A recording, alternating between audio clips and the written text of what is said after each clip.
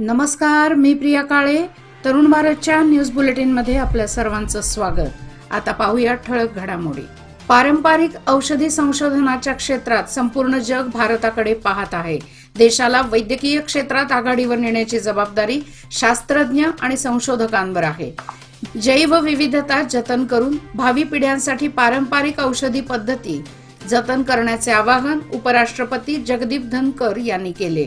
सोमवारी शहरात आयोजित Indian council of medical research national institute of traditional मेडिसिनच्या 18व्या स्थापना दिनाच्या कार्यक्रमात ते बोलत होते. कोविड काळात प्रत्येकाने एकमेकांना सहकार्य करून कोंडी कुशलतेने हाताळली आहे. ही भारतीय संस्कृती आहे, असे ते म्हणाले. लोकसभा निवडणुकीनंतर बेपत्ता झालेल्या प्रज्वल रेवन्ना अखेर दिसला आहे. प्रज्वल रेवन्ना यांनी 31 मे रोजी राज्यात येणार असल्याचे सांगितले आहे. परदेशातून एक व्हिडिओ जारी केल्यानंतर त्यांनी सांगितले की बेंगळुरूला येऊन शुक्रवारी सकाळी 10 वाजता ते SIT समोर हजर होऊन उत्तर देतील. त्याशिवाय प्रज्वल रेवन्ना यांनी कुटुंबियांची आणि राज्यातील जनतेची माफी मागितली आहे. बेळगाव आणि चिक्कोडी लोकसभा मतदारसंघासाठी झालेल्या निवडणुकीची मतमोजणी येत्या 4 जून रोजी होणार असून मतमोजणी प्रक्रियेत कोणतीही चूक होऊ नये यासाठी खबरदारीच्या उपाययोजना कराव्यात, अशी मागणी शेतकरी नेते सिद्धगौडा मोदगी यांनी केली. 4 जून रोजी होणाऱ्या मतमोजणी दरम्यान कोणत्याही चुका होऊ नयेत, कोणत्याही अडचणी उद्भवू नयेत यासाठी खबरदारीच्या उपाययोजना कराव्यात, अशी मागणी करत जागरूक कर्नाटक संघटनेसह विविध संघटनांच्या वतीने जिल्हाधिकाऱ्यांना निवेदन सादर करण्यात आले. यावेळी बोलताना शेतकरी नेते सिद्धगौडा मोदगी म्हणाले की 4 जून रोजी होणाऱ्या मतमोजणी दरम्यान प्रत्येक उमेदवाराला फॉर्म 17C देण्यात येतो. यासह 17C मधील माहितीशी जुळणारा फॉर्म B देखील प्रदान करावा आणि मतमोजणी दरम्यान त्याचे निरीक्षण करावे, अशी मागणी त्यांनी केली. यावेळी यल्लप्पा हेम्मडी, सोमाप्पा बंदुर्गी, शंकर ढवळी व संजय डोंगरे आदी उपस्थित होते. प्रतिवर्षाप्रमाणे यंदाही श्री ज्योतिर्लिंग देवस्थान दादा आष्टेकर भक्त मंडळ नार्वेकर गल्ली बेळगाव यांच्या वतीने महिपाळगड वैजनाथ देवालय येथे बैलगाड्यांसोबत पायी चालत जाऊन दवना गुलाल अर्पण करण्यात आला.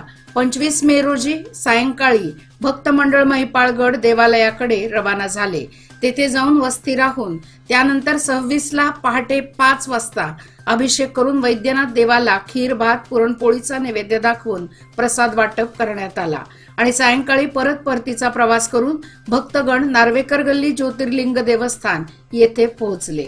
चैत्र यात्रा झाली की श्री वैद्यनाथ देवाला दवणा चढवण्याची पूर्वापार चालत आलेली प्रथा आहे.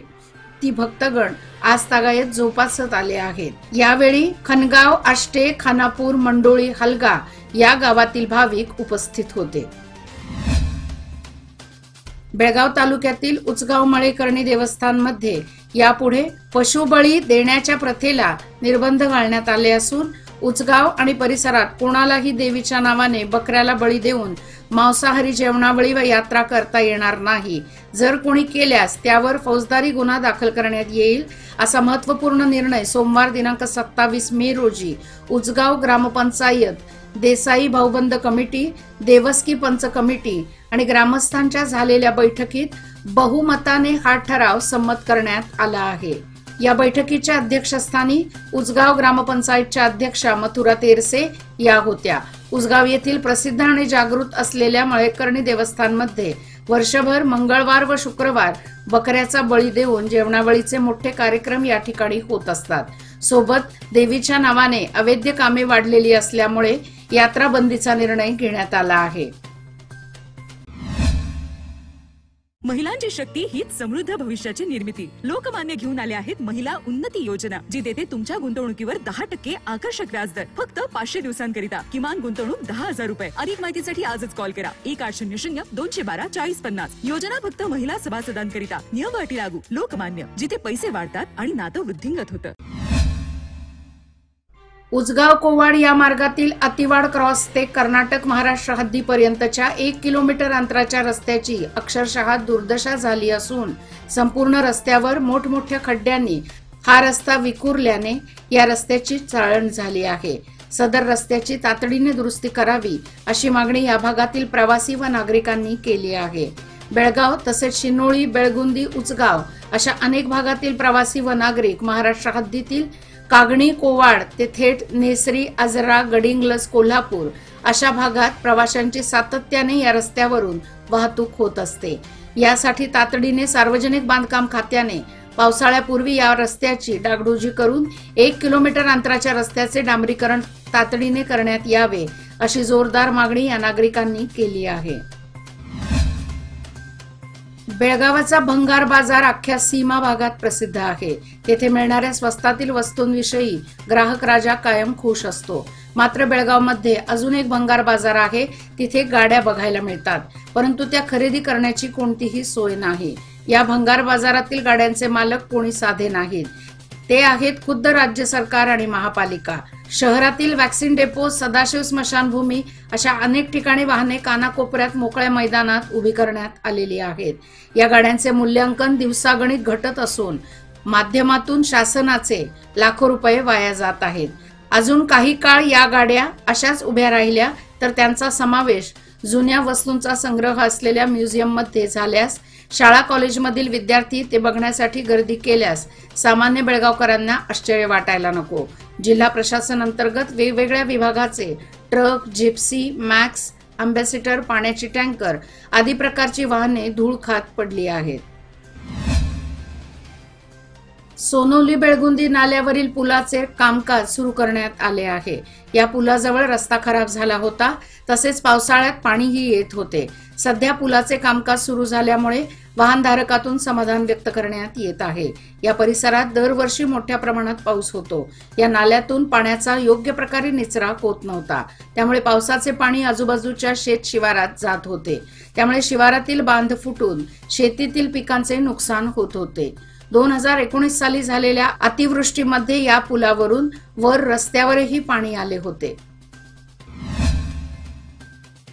चिकोडी पोलीस ठाण्याच्या अधिकारी व कर्मचाऱ्यांकडून वाहनधारकांची अडवणूक करून हेल्मेट व कागदपत्रांच्या पाहणीचे निमित्त सांगून लूट करण्यात येत असल्याचा प्रकार मंगळवारी सकाळी एकसंबा रस्त्यावर चिकोडी वेशीत पाहायला मिळाला। या प्रकारामुळे वाहनधारकातून संताप व्यक्त होत आहे। वाहन तपासणीचे कोणतेही कारण नसताना अचानक पोलीस अधिकाऱ्यांचा फौजफाटा एकसंबा वेशीजवळ थांबला होता। अनेक पोलीस एकाच वेळी रस्त्यावर उतरल्याने येणाऱ्या जाणाऱ्या वाहनधारकांमध्ये भीतीचे वातावरण पसरले होते। तसेच येणाऱ्या प्रत्येक वाहनधारकाला पोलिसांकडून अडवण्यात येत होते। स्थानिक नागरिक असूनही त्यांना सर्व कागदपत्रे असतानाही हेल्मेट नसल्याचे कारण विचारण्यात येत होते। त्याचप्रमाणे अनेक वाहनधारकांची कागदपत्रे, इन्शुरन्स, पीयूसी या कागदपत्रांची मागणी करून त्यांना कोंडीत पकडण्याचा प्रयत्न करण्यात येत होता। चिकोडी शहरामध्ये रहदारी पोलीस असताना व त्यांच्याकडूनही चिकोडी अंकली रस्त्यावर बीके कॉलेजच्या समोर अशीच वारंवार वाहनधारकांची अडवणूक व लूट करण्यात येत आहे। आता सिव्हिल पोलीसही वाहनधारकांच्या मागे हात धुवून लागले आहेत। पश्चिम बंगालच्या मुख्यमंत्री ममता बॅनर्जी यांनी मुस्लिम समाजाला ओबीसी आरक्षण देणारच असा अट्टहास धरला आहे। कायद्याने त्याला मंजुरी दिलेली नसली तरी कायद्याचा उच्च न्यायालयाचा आपल्याला आदेश मंजूर नसल्याचे स्पष्ट करून एक प्रकारे न्याय व्यवस्थेचा अपमान केला आहे। त्यांच्या विरोधात कठोर कारवाई करण्यात यावी अशा मागणीचे निवेदन चिकोडी जिल्हा भाजप ओबीसी मोर्चाच्या वतीने उपविभागीय अधिकारी कार्यालयातील तहसीलदार प्रमिला देशपांडे यांना देण्यात आले।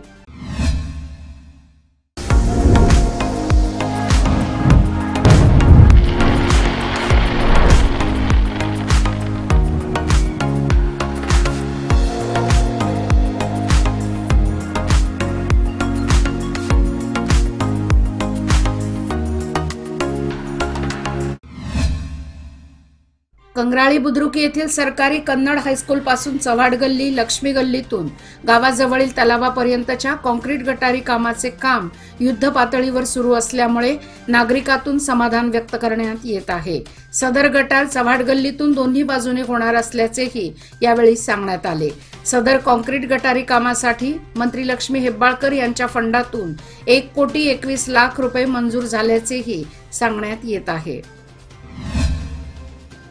द.म. शिक्षण मंडळ संचलित बैलूर येथील छत्रपती संभाजी हायस्कूलच्या नूतन इमारतीचे उद्घाटन नुकतेच मान्यवरांच्या उपस्थितीत करण्यात आले। या कार्यक्रमाच्या अध्यक्षस्थानी द.म. शिक्षण मंडळाचे उपाध्यक्ष ॲडव्होकेट राजाभाऊ पाटील होते। यानंतर प्राध्यापक विक्रम पाटील यांच्या हस्ते हायस्कूलच्या नूतन इमारतीचे फीत कापून उद्घाटन करण्यात आले। तसेच यावेळी बाळाराम पाटील, माजी ग्रामपंचायत अध्यक्ष पुंडलिक नाकाडी, सुरेश जाधव, कृषी पत्तीन संघाचे माजी अध्यक्ष कृष्णकांत बिरजे, लक्ष्मण झांजरे यांच्या हस्ते विविध वर्ग खोल्यांचे उद्घाटन करण्यात आले। एक साथ एक घंटे स्वच्छता के लिए श्रमदान हेतु स्वच्छता ही सेवा अभियान राबवण्यात आले। नगरसेवक रवी साळुंके यांच्या वतीने स्वच्छता अभियान सुरू असून आज वॉर्ड क्रमांक 27 मधील पवार गल्ली येथे अभियान राबवण्यात आले। या परिसरात कचऱ्याचे ढिगारे व कोपऱ्यात दुर्गंधी पसरली होती, त्यामुळे तात्काळ दखल घेऊन हा परिसर स्वच्छ करण्यात आला। 2021 साली बेंगळुरूमध्ये छत्रपती शिवाजी महाराजांच्या मूर्ती विटंबनेबाबत बेळगावमध्ये शिवभक्तांच्या वतीने धर्मवीर संभाजी चौकात निषेध व्यक्त करण्यासाठी आंदोलन छेडण्यात आले। या दरम्यान खडेबाजार पोलिसांनी एकूण 48 जणांवर राजद्रोहाच्या गुन्ह्याखाली तक्रार दाखल केली होती।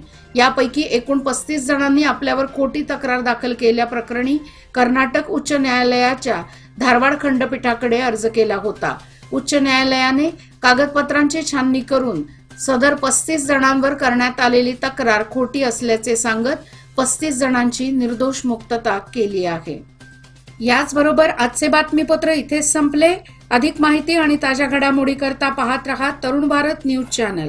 तसेच आमच्या चॅनलला लाईक, शेअर आणि सबस्क्राईब करायला विसरू नका आणि विश्वासार्ह बातम्यासाठी दररोज वाचा दैनिक तरुण भारत। धन्यवाद।